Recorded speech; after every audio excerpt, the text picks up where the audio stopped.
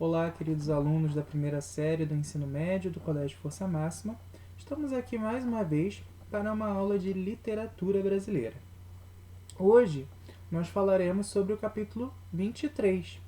O capítulo 23 nos propõe a resolução de exercícios.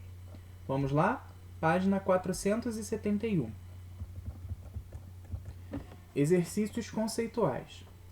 O quinhentismo foi a denominação que se deu, nos estudos da literatura brasileira, ao conjunto das manifestações literárias que se iniciaram no ano de 1500, época da colonização portuguesa no Brasil. Essas manifestações, em verdade, ainda não possuíam a identidade brasileira, consistindo basicamente em literatura de informação e literatura jesuítica.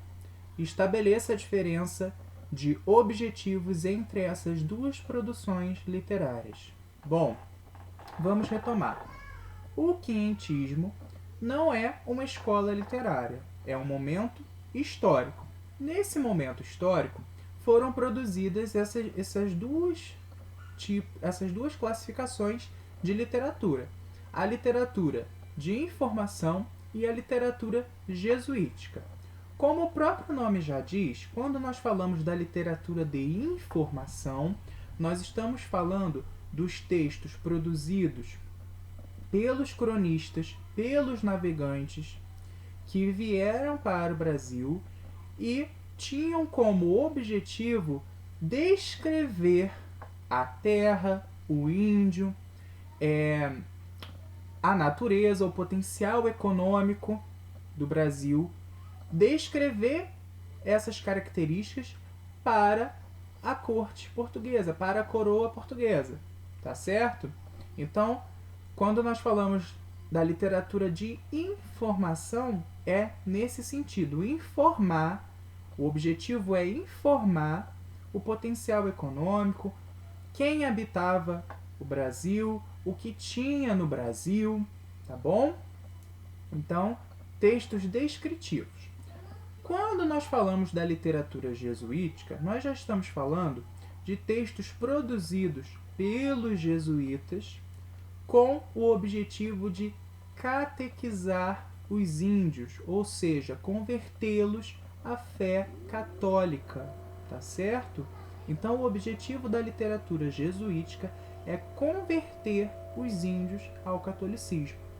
Lembrando que nesse período nós temos a Reforma Protestante e a Contra-Reforma. A Contra-Reforma é a resposta da Igreja Católica à Reforma Protestante. Logo, um dos objetivos, além de conseguir novas terras, era conseguir novas pessoas para convertê-las à fé católica, tá bom? Então, a literatura jesuítica se foca nesse objetivo de converter os índios ao catolicismo. Beleza? A questão 2. A poesia barroca no Brasil teve em Gregório de Matos o seu nome mais expressivo, com a obra que apresentou diferentes vertentes temáticas. Identifique e caracterize essas vertentes. Bom, nós temos de lembrar que Gregório de Matos ele é considerado o grande poeta brasileiro, o primeiro grande poeta brasileiro. Além disso, ele tem uma alcunha, um apelido muito peculiar. Ele é chamado Boca do Inferno. Por quê? Devido a uma de suas vertentes ali da poesia, né? Vamos lá.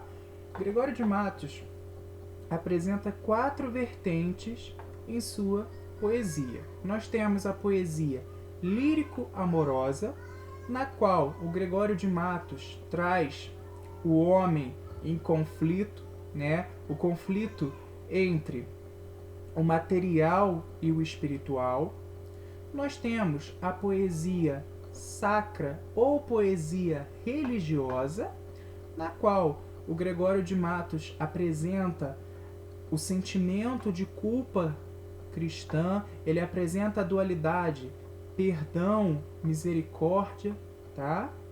E nós temos também a grande vertente, a vertente mais conhecida e mais explorada do Gregório de Matos, que é a vertente satírica, a poesia satírica, na qual ele critica os governantes da Bahia, ele critica a sociedade, e são críticas ácidas, com posicionamento muito crítico, muito firme em relação àquilo que ele diz, né? Por isso é dessa poesia satírica aí que surge o apelido Boca do Inferno. Por último, nós temos a vertente erótica da poesia do Gregório de Matos, né? E aí aquele sentimento de culpa cristã trazido lá na poesia sacra ou religiosa é completamente perdido. Por quê? Na poesia erótica, o Gregório de Matos apresenta um homem que tem consciência da passagem do tempo. Ele tem consciência da efemeridade do tempo. Ou seja, por ele compreender isso, ele entende que ele precisa aproveitar o tempo da melhor forma possível, que ele precisa explorar esse tempo, ele precisa se entregar aos prazeres mundanos. E aí surge então essa vertente da poesia erótica do Gregório de Matos. Então, recapitulando, nós temos 4 vertentes. A vertente lírico-amorosa, a vertente sacra ou religiosa, a vertente satírica e a vertente erótica. Tá bom? Questão 3. Leia as afirmações a seguir sobre o arcadismo brasileiro. Primeira afirmação. Os poetas árcades colocavam-se como pastores para realizarem, dessa forma, o ideal de uma vida simples em contato com a natureza. Perfeito! Basta nós lembrarmos de que o arcadismo é a escola literária que se contrapõe ao barroco. Então o barroco, aquela escola literária do exagero, da dualidade, né? O arcadismo é a simplicidade, a busca pela simplicidade, pelo convívio com a natureza. Então, a primeira afirmação está correta. 2. O arcadismo brasileiro, embora tenha reproduzido muito dos modelos europeus, apresentou características próprias, como a incorporação do elemento indígena e a sátira política. Sim, também está correto. Basta nós lembrarmos dos poemas épicos apresentados ali no arcadismo, né? Como o Uruguai, tá? A poesia satírica, a vertente satírica, fica a cargo das cartas chilenas, né? Um documento denunciativo no qual Tomás Antônio Gonzaga denuncia a má administração de Minas Gerais para o Cláudio Manuel da Costa, tá certo? Então, de fato, nós temos essas duas características como características próprias do arcadismo brasileiro. A afirmação 2 também está correta. Afirmação 3. O tema Carpe Diem, em que o poeta expressa o desejo de aproveitar intensamente o momento presente, fugaz e passageiro, foi ignorado pelos arcades brasileiros, excessivamente racionalistas, de forma alguma. Quando nós falamos do arcadismo, nós falamos do Carpe Diem e, consequentemente, os poetas brasileiros, os poetas árcades brasileiros, aproveitaram esse tema latino em seus poemas. Então, de fato, nós temos um aproveitamento do Carpe Diem, tá bom? Então, a afirmativa 3 está incorreta. Então, nós temos como corretas a 1 e a 2. Então, nossa alternativa correta é a alternativa C, 1 e 2. Quais são as afirmações corretas? 1 e 2. Beleza? Letra C. Questão 4. Explique como os termos indianismo, ufanismo e ultrarromantismo se destacam como integrantes do romantismo brasileiro. Vamos lembrar, né, o surgimento do romantismo aqui no Brasil. O romantismo aqui no Brasil ele surge em 1822, quando o Brasil havia, enfim, se tornado um país, havia se tornado independente de Portugal. Logo, o grande desejo dessas primeiras produções é afirmar uma nacionalidade, uma identidade nacional.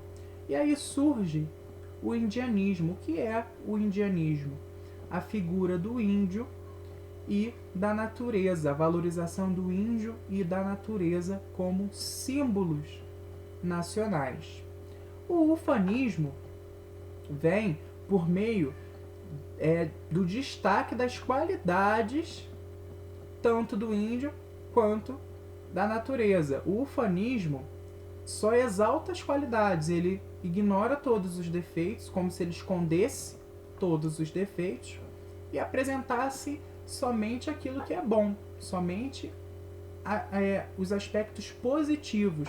E assim, o índio e a natureza foram vistos, foram descritos nessa primeira geração romântica. Por quê? Porque eles eram totalmente idealizados. O índio, ele é visto como herói nacional, como perfeito, como corajoso, incorruptível, o bom selvagem. E a natureza é sempre a natureza exuberante, a terra é sempre descrita da melhor maneira possível, tá certo? Então, indianismo e ufanismo se relacionam nesse sentido.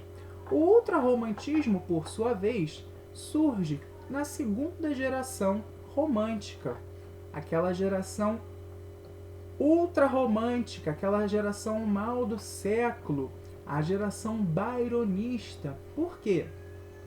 Os poetas, eles têm um sentimentalismo exacerbado, né? Uma subjetividade exacerbada. O romantismo ele é levado ao extremo, né? Na segunda geração romântica, com esse ultrarromantismo.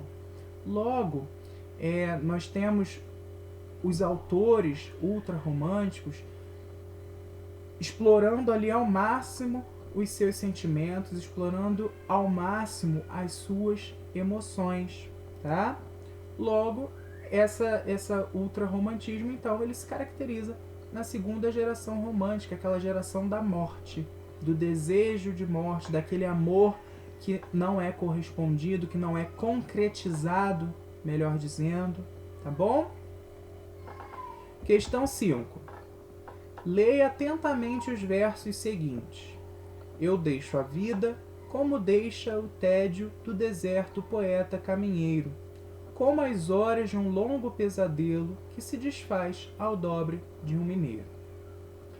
Esses versos de Álvares de Azevedo significam letra A, revolta diante da morte, B, aceitação da vida como um longo pesadelo, C, aceitação da morte como a solução, D, tristeza pelas condições de vida, E, alegria pela vida longa que teve.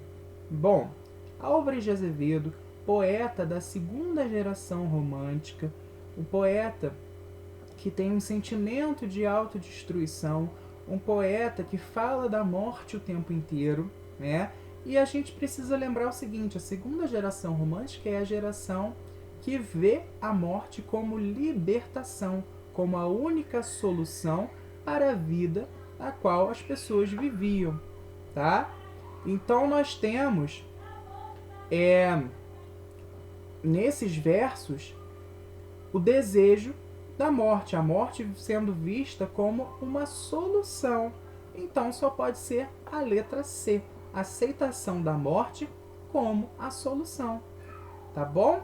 Vamos analisar a letra A. Revolta diante da morte? De forma alguma, visto que os autores desejam a morte na segunda geração romântica. Aceitação da vida como um longo pesadelo? Eles não aceitam a vida, porque se eles aceitassem a vida, nós teríamos uma resignação. Não, os poetas não são resignados, eles desejam a morte. Eles fogem da realidade o tempo todo, então não é a aceitação da vida. A D, tristeza pelas condições de vida, é muito mais que uma tristeza, né? A vida é tão ruim para esses poetas que eles desejam a morte. A morte é a única forma de libertação dessa vida que eles levam, Então é muito mais que uma tristeza. E é alegria pela vida longa que teve, de forma alguma, né? Os poetas dessa geração nunca são alegres, nunca trazem alegria. Sempre um sentimento de pessimismo, um sentimento, um desejo pela morte, tá bom? Então a alternativa correta é a letra C. Exercícios contextualizados. Questão 6. Leia o fragmento do poema apresentado a seguir. Spleen e charutos. Solidão. As árvores prateiam-se na praia, qual de uma fada os mágicos retiros. Ó lua, as doces brisas que sussurram coam dos lábios teus como suspiros, falando ao coração que nota aérea deste céu, destas águas se desata? Canta assim algum gênio adormecido das ondas moças no lençol de prata? Minha alma tenebrosa se entristece, é muda como sala mortuária. Deito-me só e triste, sem ter fome. Vejo na mesa a ceia solitária. Ó lua bela dos amores, se tu és moça e tens um peito amigo, não me deixes assim dormir solteiro. À meia-noite, vem cear comigo. Álvares de Azevedo, Lira dos 20 anos. Fenômeno recorrente na estética romântica, o processo de adjetivação permite ao eu lírico, no poema transcrito letra A, intensificar sua tristeza, ressaltando uma perspectiva pessimista da vida. B. Demarcar sua individualidade, expressando seu estado de espírito. C. Detalhar suas intenções amorosas, nomeando seus sentimentos. D. Descrever as coisas circundantes, apresentando uma visão objetiva da realidade. E. Revelar um sentimento platônico, enumerando as qualidades da amada. Bom, nós temos aqui, né, um poema do Álvares de Azevedo. Álvares de Azevedo, segunda geração romântica, tá? Um poeta, uma geração, na verdade, extremamente subjetiva, né? Que leva a emoção ao extremo, que deseja transmitir o seu estado de espírito o tempo inteiro, né?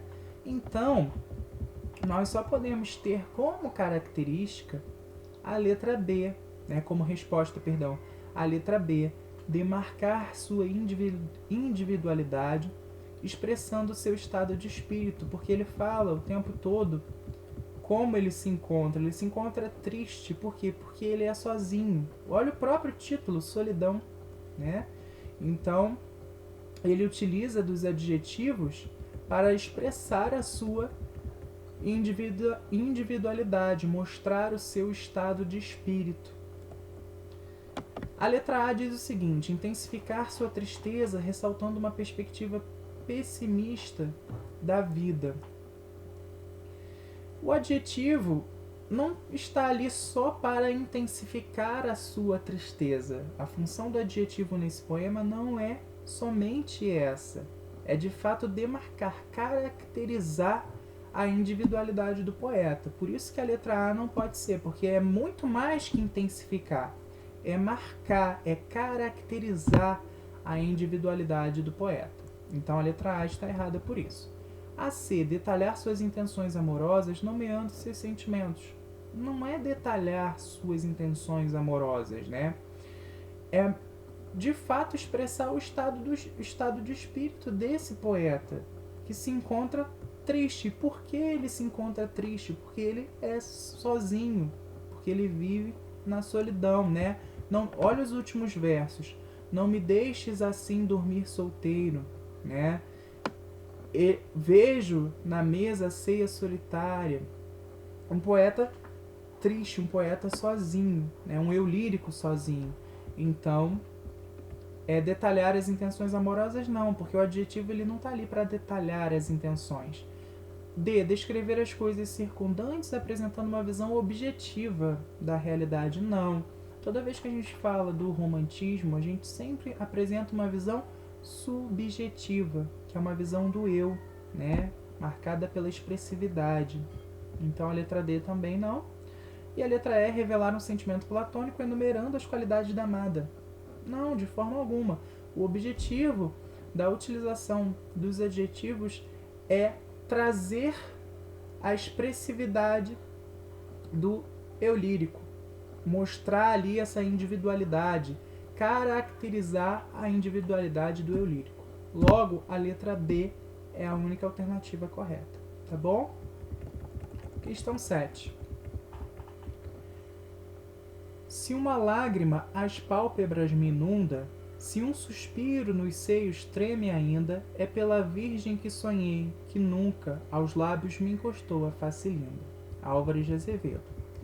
Nos versos de Álvares de Azevedo, a característica da segunda geração romântica mais evidente é: letra A tendência ao enfoque espiritualista da relação amorosa.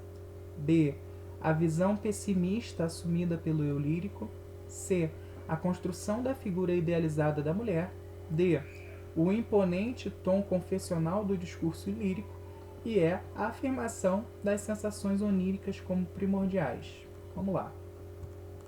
Se uma lágrima às pálpebras me inunda, se um suspiro nos seios treme ainda, é pela virgem que sonhei, que nunca aos lábios me encostou a face linda, né? Qual é a grande característica trazida nesses versos do Álvares de Azevedo? Vamos de baixo para cima, né? A afirmação das sensações oníricas como primordiais. Não. A afirmação de sensação onírica, do sonho, é muito mais presente no simbolismo, que a gente não viu ainda, que é uma escola literária que vocês verão na segunda série do ensino médio. Não entra como resposta da questão. A D. O imponente tom confessional do discurso lírico. Isso não é característica da segunda geração romântica, né? Então, confissão não é a letra D. A C. A construção da figura idealizada da mulher. Parou aí. Vamos lembrar, uma das características da segunda geração romântica é a idealização feminina, né? A mulher, ela é totalmente idealizada. Aqui, por que a mulher é idealizada? Porque, olha só, ele chora, ele treme pela virgem que sonhei, que nunca aos lábios me encostou a face. Ele traz a mulher como virgem, né? Isso é uma idealização, porque talvez ela não seja mais. Além disso, ele fala de um sentimento que ele nutre pela mulher, pela amada, e é um amor que não se realiza, né? Porque ele nem encostou os lábios na face da moça, né? Então, a idealização feminina é a característica mais presente nesses versos do Álvares de Azevedo. Vamos continuar. A visão pessimista assumida pelo eu lírico, aqui ele não traz uma visão pessimista. A gente não pode dizer que esses versos são versos pessimistas. Então, não se encaixa. E a letra A, a tendência ao enfoque espiritualista da relação amorosa. Enfoque espiritualista, amor espiritual, né, não é característica da segunda geração romântica, tá bom? Lembrando que a gente tem que associar a característica da geração ao poema. Então, de fato, a única alternativa que se encaixa adequadamente é a alternativa C, a construção da figura idealizada da mulher, tá bom? Questão 8. Assinale o texto que, pelo estilo e pelas ideias, se considera um representante da corrente barroca. Letra A. Brando e meigo sorriso se deslizava em seus lábios, os negros caracóis de suas belas madeixas brincavam, mercê dos zéferos sobre suas faces, e ela também suspirava. B. Estiadas amáveis iluminavam instantes de céus sobre ruas molhadas de pipilos nos arbustos dos esquares, mas a abóbora de garoa desabava os quarteirões. C. Os sinos repicavam numa impaciência alegre. Padre Antônio continuou a caminhar lentamente, pensando que 100 vezes estivera a cair, cedendo à fatalidade da herança e à influência do meio que o arrastava para o pecado. Letra D. De súbito, porém, as lancinantes incertezas, as brumosas noites pesadas de tanta agonia, de tanto pavor de morte, desfaziam-se, desapareciam completamente como os tênues vapores de um letargo. E letra E. Ah, peixes, quantas invejas vos tenho a essa natural irregularidade. A vossa bruteza é melhor que o meu alvedrio. Eu falo, mas vós não ofendeis a Deus com as palavras. Eu lembro-me, mas vós não ofendeis a Deus com a memória. Eu discorro, mas vós não ofendeis a Deus com o entendimento. Eu quero, mas vós não ofendeis a Deus com a vontade.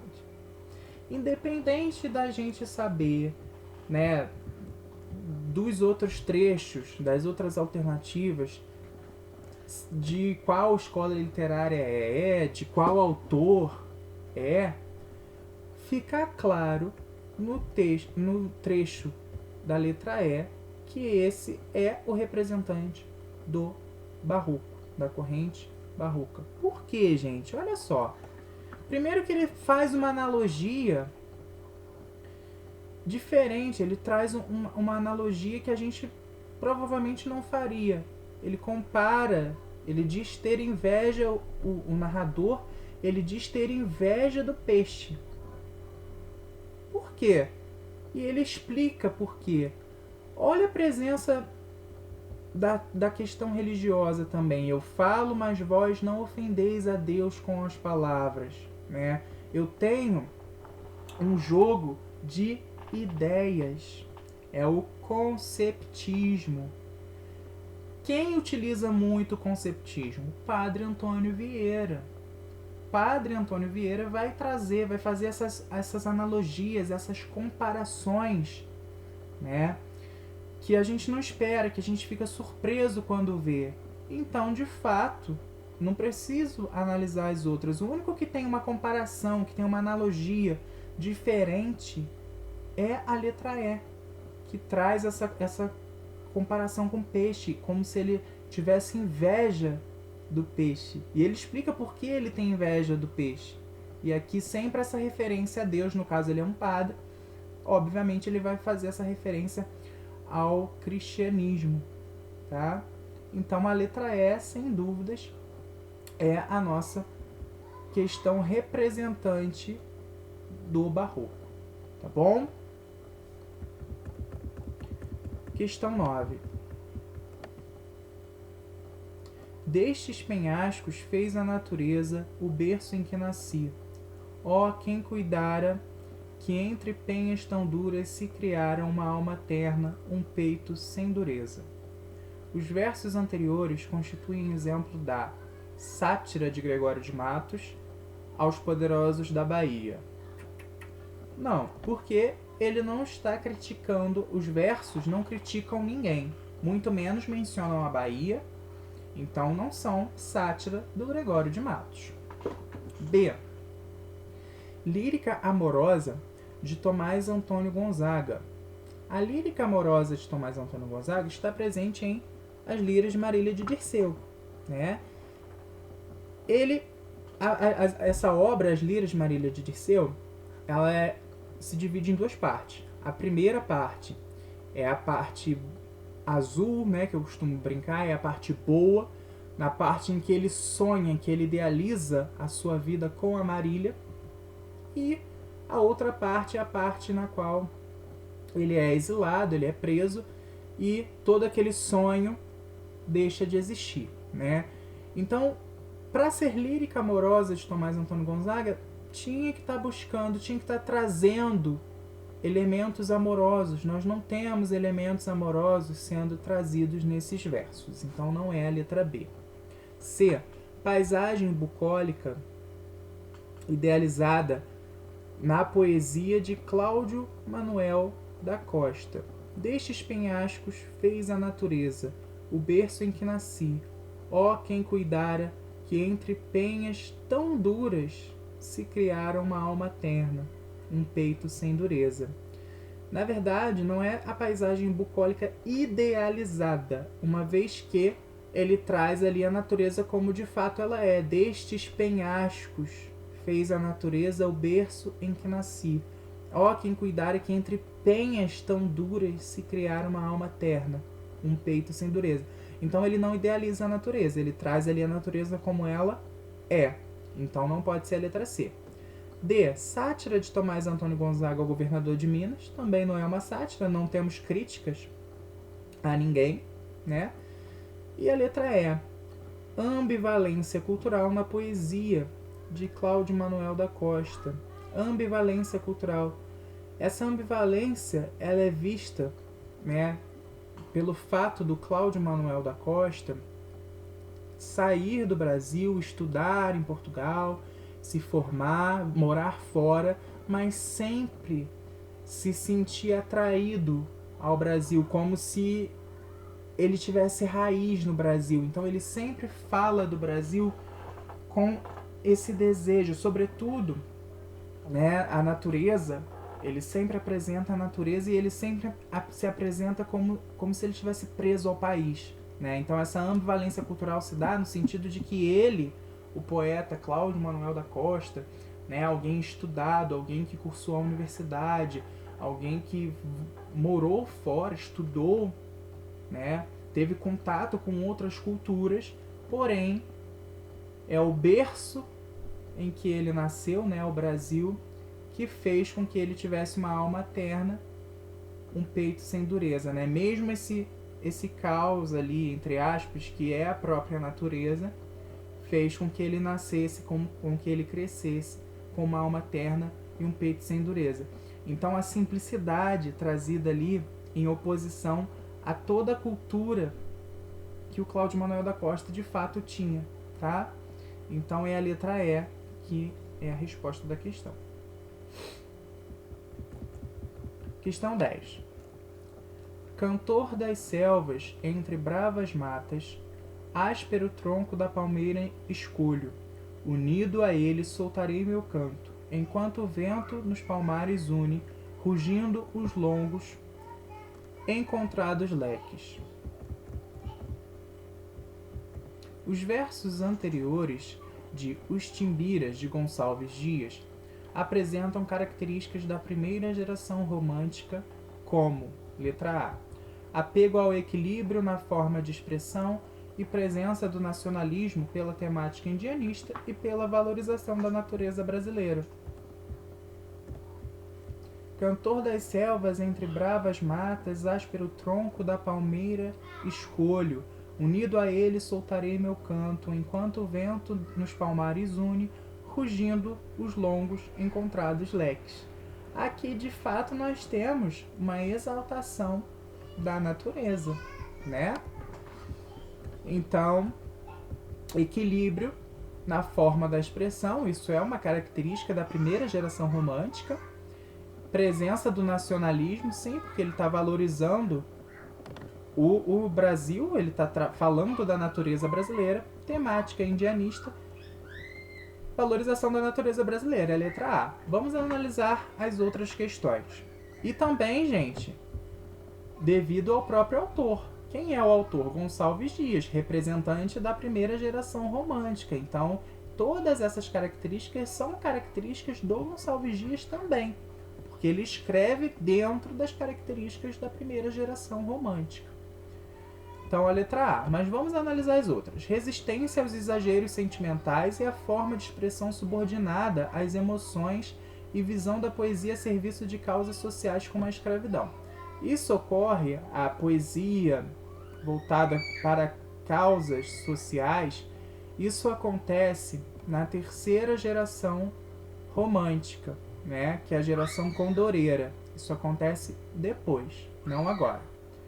Letra C. Expressão preocupada com o senso de medida, mal do século e natureza como amiga e confidente. O mal do século, ele surge na segunda geração romântica. Então, a letra C está incorreta. A D. transbordamento na forma de expressão, valorização do índio como típico homem nacional e apresentação da natureza como refúgio dos males do coração. A natureza como refúgio dos males do coração, isso não aparece na primeira geração, né? Na primeira geração a natureza ela é exaltada, ela é valorizada como símbolo da nacionalidade brasileira, tá? Então a letra D está incorreta por isso. A letra E, expressão a serviço da manifestação dos estados de espírito mais exagerados e sentimento profundo de solidão. Estados de espírito mais exagerados e sentimento profundo de solidão ocorrem na segunda geração romântica. Então, de fato, a letra A é a nossa alternativa correta. Letra A, tá bom? Exercícios de aprofundamento. Numere a coluna da direita de acordo com a coluna da esquerda, tendo em vista a poesia romântica brasileira. Vamos lá. A primeira geração traz abolicionismo? Não. Condoreirismo? Não.